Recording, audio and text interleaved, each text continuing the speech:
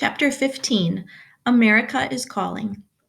The instant I opened my eyes the next morning, I knew my life would never be the same. The phone rang at 5:30. A lady asked if I was Judson Moon. When I told her I was, she said, "Judson, I'm Ann Curry from the Today Show. Could I talk with you live on the air this morning?" "Very funny," I said groggily, and hung up the phone. It was too early for practical jokes. But as soon as the receiver hit the cradle, the phone rang again. "Judson Moon?" a woman's voice asked. "The boy who's running for president?" "Yes." "I'm Rebecca Gardner, talent coordinator with The Tonight Show. Would you be able to appear in our program tomorrow night?" "I don't know," I mumbled.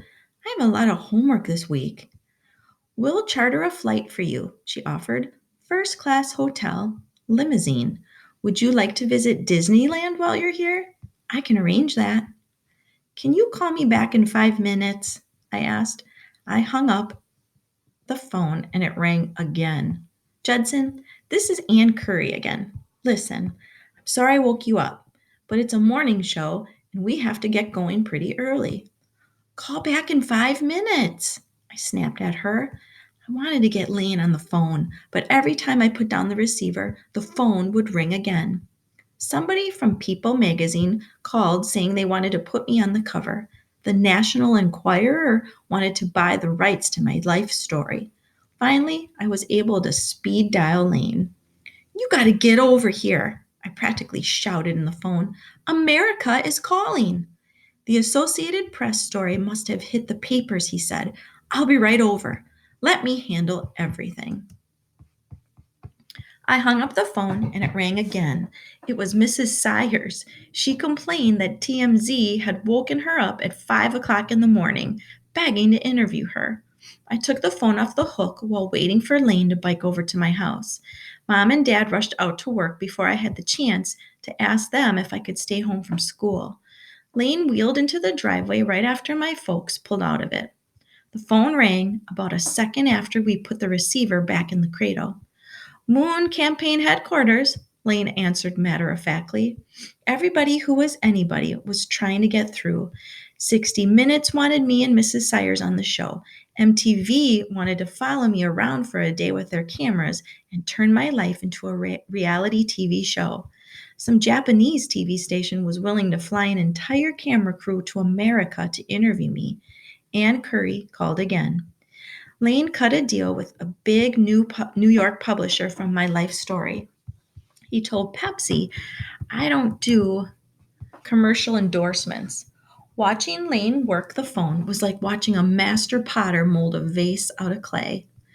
When the smoke had cleared, Mrs. Sayers and I were scheduled to appear on The Today Show, The Tonight Show, The Late Show, The Daily Show, and Good Morning America. I would be on the cover of People, Sports Illustrated for Kids, Time, and Boy's Life. Hardball wanted me to go on their show, but only if I didn't appear on any other TV shows. Lane told them to buzz off. He turned down requests from the TV shows, magazines, and bloggers he never heard of. "Why did you turn down Meet the Press?" I asked Lane. "I thought that was one of your favorite shows." "You're not ready to meet the press," he replied. In the middle of all this, I managed to get through to school and tell them I wouldn't be coming in. I told the secretary I had a funny feeling in the pit of my stomach, which was absolutely true. She had read the papers and said she thought everybody would understand. By 10 o'clock, reporters started gathering out on the front lawn, setting up cameras and satellite hookups. Some guy was trying to interview me with a bullhorn. I pulled the shades down. It was like Night of the Living Dead, when the zombies are trying to claw their way into the house. We decided to get just one reporter in, Pete Guerra, the guy who came out to the lemonade stand and wrote the first story about my run for the presidency. "The power of the press," muttered Guerra after pushing his way through the mob of reporters and through the front door. "You're going to have to reseed your lawn, Moon. Reporters are worse than animals." Pete sat down on the living room couch and asked a few questions. When he was finished, he asked me if I would mind a little friendly advice. I told him I would appreciate any tips he might have. You kids are new at this, he said. Lots of people want you, Moon, but there's something you should know. Nobody out there is your friend. Everybody wants a piece of you to sell newspapers or magazines, to improve their TV or radio ratings, or get suckers to click on their website to make money. All I'm saying is be careful. Don't trust anybody. America chews up celebrities and spits them out. I hate to see a nice kid like you get burned. I thanked Pete for the advice. He was obvious that he was more than just a reporter. I could count on him as a friend.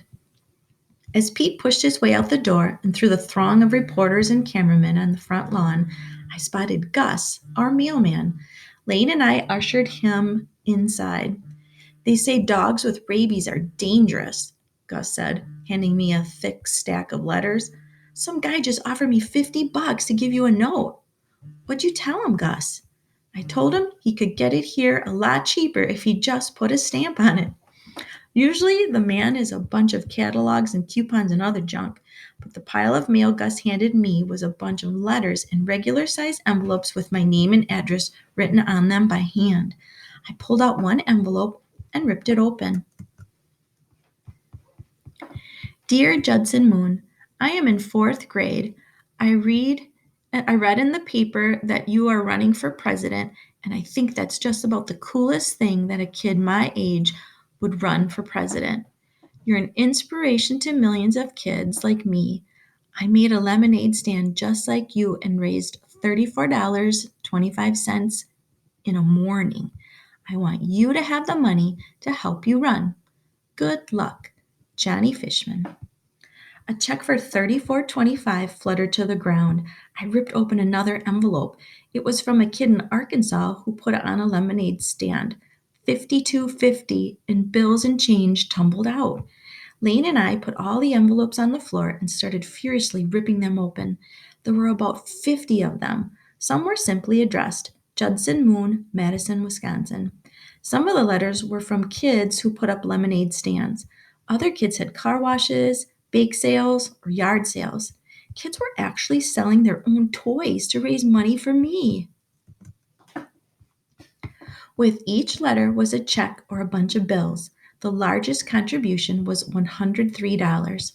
We counted up all the money and it came to $2,568.75. We felt like we had won the lottery. You're a genius, I told Lane. And you, Lane said, clapping a hand on my back, are becoming America's hero.